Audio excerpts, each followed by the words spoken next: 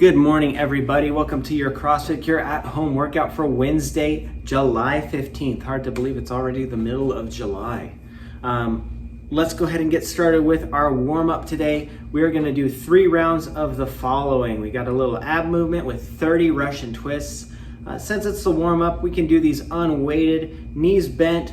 Try and keep nice and upright, nice straight back, and don't lean too far back. We don't want to be at a really low angle off the ground. We want to be pretty upright here and rotating from side to side. Every rotation is 1 rep. Then we will go 20 toe touch and jump. It's exactly what it sounds like. Bend down, touch your toes, come up and hop. If you can help it, try to avoid bending your knees here. Get the hamstring stretch benefit from this by keeping your legs straight. But if you do need to bend your knees to touch your toes, that's okay as well. Just a little extra challenge I wanted to throw in there for you. Then we've got 10 air squats, stepping out nice and wide. Ease into this in your first set. We're doing 3 rounds. You'll get a little deeper as you go, or go full depth and go a little slower here. Totally up to you. We want to, by the end of our 3 rounds, have 10 really good quality air squats.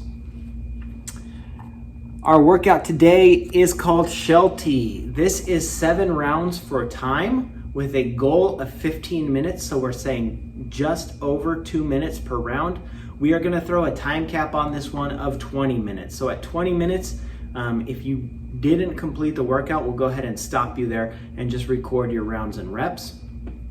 Otherwise, we're going for time here.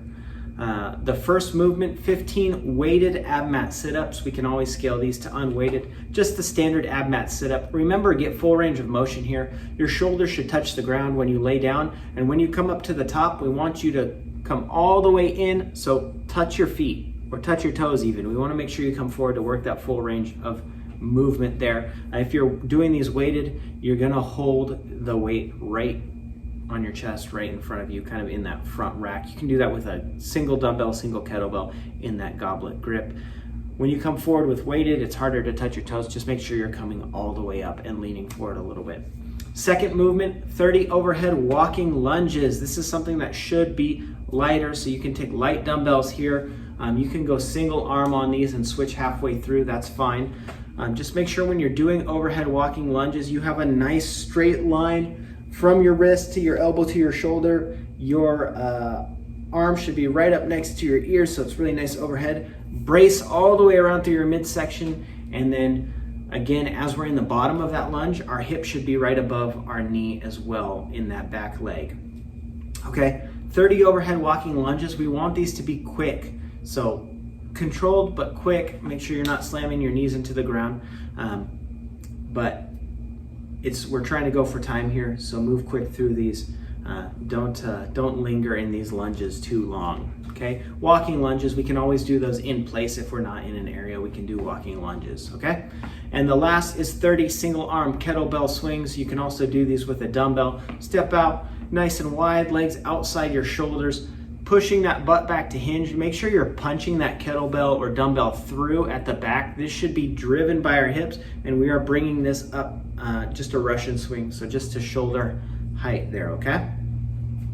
30, again, you can alternate as needed. We want you to do half on each arm, so whether you do 15 and 15 or go switch every 5, that's up to you. You're getting 30 of those. As soon as you get through your swings, you're going right into your second round. There's no built-in rest here. Trying to get through for time, 7 rounds. That is Sheltie. Our accessory work today is 3 sets of 12 curtsey squats. So a back stepping lunge, but your back leg will pass behind your front leg into that curtsey. This is good for single leg strength.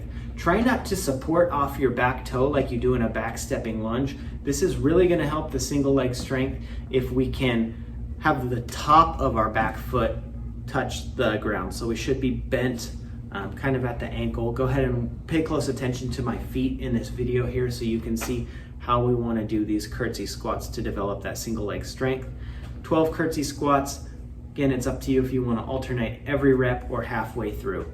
And then 12 arch ups. These are Supermans, so just getting your chest laying face down, getting your chest off the ground, getting your knees off the ground, squeezing your back, squeezing your glutes, squeezing your hamstrings. Hold that for about half a second to 1 second and then relax. 3 sets of those curtsey squats and arch ups, and our stretching today is 30 seconds calf stretch each leg. You could do this seated, hinging forward. You can do standing, sorry, I thought of that. I was thinking hamstring stretch. Calf stretch each leg. Go ahead and set your toe up against a wall or something.